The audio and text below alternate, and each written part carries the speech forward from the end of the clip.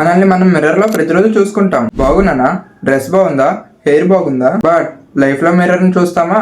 Yes, మనం out side appearance నే check చేసుకుంటాం. దానికే టైం మొత్తం స్పెండ్ చేస్తాం. బట్ ఇన్సైడ్ దానికి అసలు టైం ఇవ్వం. జలస్ ఉందా, ఫియర్ ఉందా, కంపారిజన్ ఉందా అని మనల్ని మనం క్వశ్చన్ చేసుకోవడానికి మనకు భయం. మిర్రర్ మనకి అవుట్ సైడ్ లుక్స్ నే చూపిస్తుంది, కానీ సైలెన్స్ మన క్లారిటీని చూపిస్తుంది.